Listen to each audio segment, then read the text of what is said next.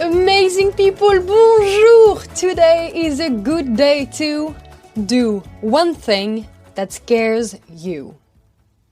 How often are you able to step outside of your comfort zone and do something that scares you? What is something that you'd like to do or say more in your daily life, but you don't, because for whatever reasons you're afraid? The first quote I have for you today linked with this theme is from Canfield, and it's, "Everything you want is on the other side of fear." And to dig in this episode, I'm gonna start with sharing with you a personal story. So, few years ago, I had feelings for a girl, and, well, not that long ago. Anyway, and I was feeling that she was feeling something for me too, and maybe something would happen between us, and I wasn't really sure where this was going, and if this was all in my head, or I don't know, like there were some signs, but I was not sure, so I was overthinking a lot, and I decided to send her a text, and I told her, "I'm asking you this to take care of my mental health and to know where I'm going, and you don't have to answer this text, but I'm wondering, what do you think of me, and did you think that something could happen between us?"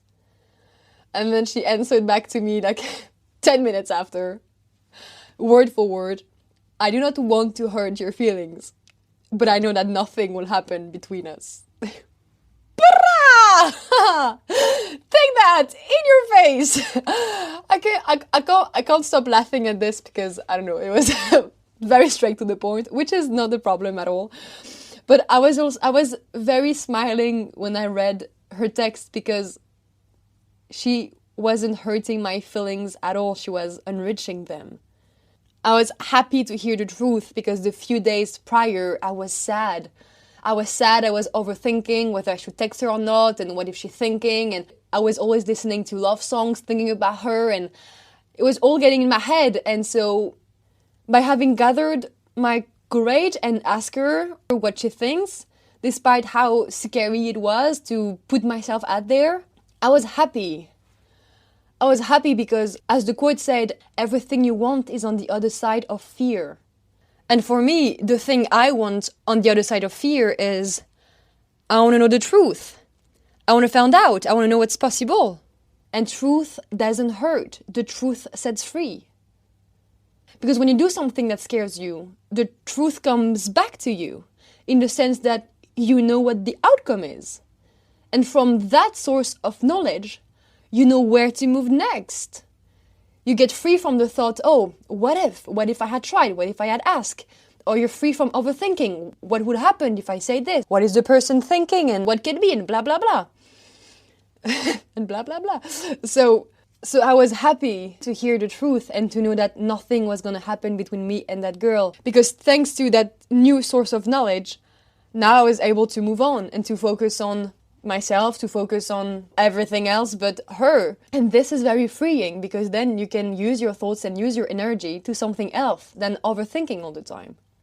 And this practice of doing something that scares you is something that can help you increase your happiness, your self-esteem, to be more comfortable in your skin, and to increase your self-confidence because you're able to look at yourself in the mirror and tell yourself, hey, I'm proud of you because you tried. It also makes you want to expand your capacities more because when you try and you do something that scares you, but the outcome is positive, then you're like, man, thanks, I'm grateful I tried because I would have never known otherwise that was possible for me. And this is priceless. To follow up with the second quote of this episode, in high school I read the book from Laurie Nelson Spillman, Demain est un autre jour, and the English version is The Life List. I'll put the references of the book in the bio or the notes of this episode if you want to buy it or check it out. Overall, the story is linked between a daughter and her mom, and things happen that the daughter gets her list of life goals that she wrote down as a teenager. I won't say nothing more, but it's a beautiful book to read, so I highly suggest you to give it a try. And near the end of that book, there is a quote that I never forgot. And it's, do every day one thing that scares you. Because at the end of the day, you'll get the feeling of having truly lived. Let me say that again. Do every day one thing that scares you. Because at the end of the day, you'll get the feeling of having truly lived. To give an example illustrating this quote, doing this podcast scares me so much. I'm extremely scared to do this podcast because it's extremely scary to put myself out there and to allow people to criticize me from something I'm doing. So every time I'm recording an episode, I'm like, oh my God, or people are going to judge my English because I know it's not perfect, or people are going to judge the way I talk or what I say, or going to make fun of overall like the whole thing, and are going to think, oh, would that she think she is? Like, I'm scared. I'm extremely scared. Or many times when I post stories on Instagram, I'm so scared. Despite posting nice, loving vibes and kind things, I'm scared. Because when you expose yourself, regardless the reason why you're doing it, and regardless what you expose, you also expose yourself to critics way more than if you remain silent all the time. I'm so scared all the time, and it's scary to be vulnerable because, man, it's uncomfortable. But I think what's even scarier is to know deep down within us that, in a way, because of fears, we are not experiencing life up to its fullest potential. That scares me way more. The thought that I never followed what my heart wanted me to do because of my fear of other people judging me. It's scary to send a part of your heart in the outside world because you're fully aware that someone may judge it, or someone will bring it down or even break it. So yeah, it's very scary to open up about your feelings. It's scary to apply for jobs because you may be rejected. It's scary to just apologize to a friend sometimes, acknowledge that you've made a mistake. It's scary to say the right thing and be honest when you think that someone is doing the wrong thing and you want to help them get back in the right direction. Like, it's scary to disagree with someone sometimes. It's scary to say, I don't love you anymore, or I don't want this anymore. It's just scary to put ourselves out there because we are wired as human beings for love and belonging and connection. And so when we try and expose ourselves, we expose ourselves to feeling rejected, so not feeling that we belong, to be criticized, so we feel unloved, and to not connect with people the way we'd like to. But as I said, the truth doesn't hurt, the truth sets free, because from there, we grow, we evolve, we know where to go, we know how to invest our energy a different way, we know in which people we can invest our time and our energy. So it's also precious in a way, and also we're going to be way more proud of ourselves. Because in a way, we'll know that when the whole world is against us, we still have our own back. And I know it's scary. I'm scared too. Like, we're in this together. Even sending text to people scares me sometimes. Like, for example, a few months ago, I sent a long text to a teammate saying her that, hey, I just wanted to let you know that, like, your mistakes on the field do not define your worth as a human being. Like, if you have a bad day at the office, it doesn't mean that you're a bad person, and your, like, numbers do not define your worth, and all these kind of things. Because it was very important for me to try to be there for her in a way. And I was so scared sending it because I was like, oh my God, what is she gonna think about me? Maybe she thinks, oh, who does she think she is? And I don't care about all her mental stuff, like bullshit. Like, I was just scared, but I sent it anyway. And you know, when you send a text to someone and you're so scared that you put your phone into airplane mode and like you throw your phone on the other side of the room, like, no, this phone doesn't exist anymore. I am safe here in my room. Like, I cannot be hurt. Like, that was me. Like, I was completely scared, having tiny heart attack every time I would get a message like, oh my God, is it her? Is it her? Has she answered? Has she answered positively? Like, am I safe? So I know it's scary, but I can't encourage you enough to do it anyway. Because overall, doing things that scares us makes life way more beautiful and way more meaningful. And if I can do it, you can do it too. Because you see, we armor up to protect ourselves from being hurt and feeling uncomfortable. But what armoring up truly does is it prevents us to be truly seen. And you can't be genuinely happy in your life if you never allow yourself to be truly seen. So if you're always scared of sharing your truth and you never do it, then you never allow yourself to be truly seen, and you never allow yourself to show up in the world the way you really want to and the way that is really meaningful to you. And in a way, you go on with your life and you have regrets of never having said the thing you wanted to say. And about this topic of having regrets, I want to share with you an extract from a podcast that is about regret, actually. It's from Dare to Lead with Brené Brown and Dan Pink. I'm going to put the link of this episode in the biography. Here is the perspective of Dan Pink, who wrote a book about regrets. Over time, people regret what they didn't do more than what they did do. That inaction regrets of inaction are far more common than regrets of action. And this is especially true as people age. Whatever comes back to you, you know you tried. And you know, and you gave yourself a chance to improve something that you cared about. Whether it's your relationships, whether it's your job, whether it's your family, whether it's yourself, like whether it's your dreams, whatever. Knowing that you gave yourself a chance to find out what would happen if you speak up is a very strong and joyful belief to hold on to. It's a bit like the saying, don't cry because it's over, smile because it happened. I don't think you can fully smile brightly towards something that happened and it's over if you cannot look at yourself in the eye fully knowing that you gave it all your heart could give. So obviously it's not the only way to become happier, it's one way, but you can't increase your level of genuine happiness if there is a part of you that you're always holding back and trying to silence and to suppress. Well, I mean, you can be happy in a way, because if you decide to remain in this shelter you're creating for yourself to feel safe and comfortable, you can still be happy because you're feeling safe in this, but it's a restrained level of happiness. It's like, okay, if you like to visualize things, here is something for you. Imagine you're walking a dog. Well, the person walking a dog is you. And the dog is your happiness level, yeah. If you're just walking with the dog in your leash, then the dog is around you, it's comfortable, it's safe, you're happy, like, yeah, you are.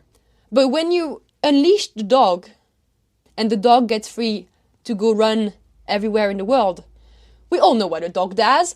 Boom! They go skyrocket and run everywhere and dive everywhere and swim in the lakes and get all dirty and stuff. Like, they just so happy. They're this little tiny bowl of happiness and joy.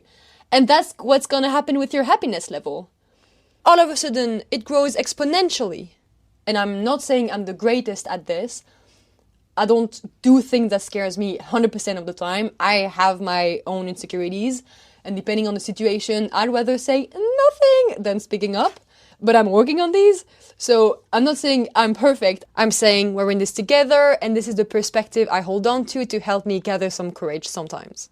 But it goes with letting go of trying to control other people's opinion of you.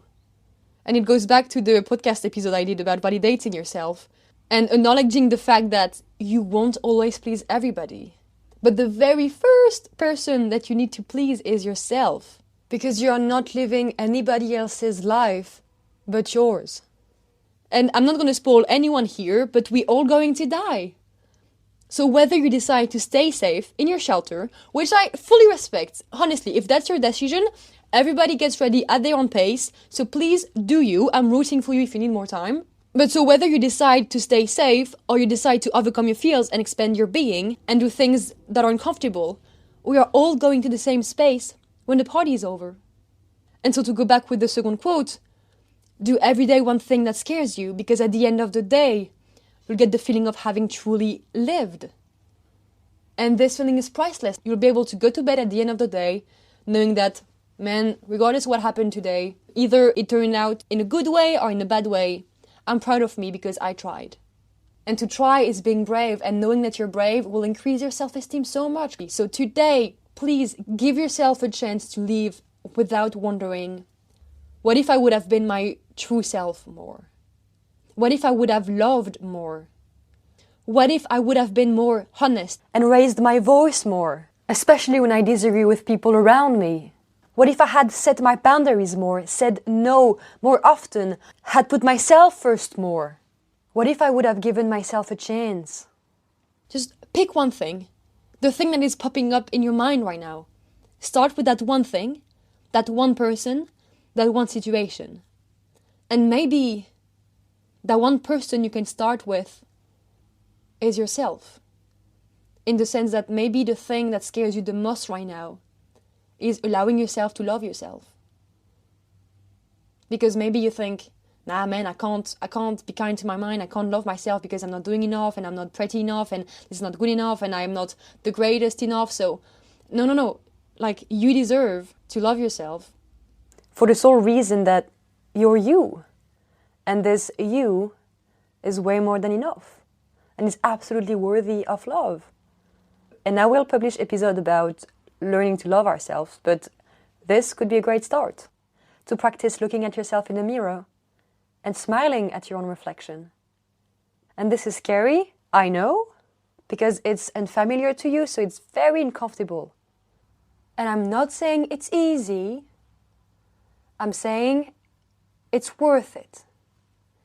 And if I can do it, you can do it too. That's it for today's episode, champions. Thank you so much for having listened. Your presence here means the absolute world to me. You being here right now and listening, you, that one person who's listening, I'm talking to you, yes, you. You are the exact reason why I want to overcome my fear of other people judging me. Because all I care is helping you. I care about helping you more than I care about other people's opinion of me. So thank you so much for being here. Your presence means the absolute world to me. I care so much about you. And please, please, please take good care of you today because you deserve it so much. So please, today, invest in yourself. Take care of your self-talk. Take care of your dreams. Take care of your goals. Take care of your relationships. And if you've enjoyed this episode, please rate and review because that means the world to me as well. It's super helpful. Or share it with a friend or on your social media if you think that it could benefit someone to listen to this. This is a reminder that you are worthy, that you are loved, that you are seen, that you are appreciated, and that you belong to yourself first. I wish you to have a great day. And if you cannot have a great day, then that's okay. Just have a day, because that's great too. And take it one day at a time. Today is a good day to do one thing that scares you. And you can, because you matter. And I freaking believe in you. Okay, bye now. You're amazing.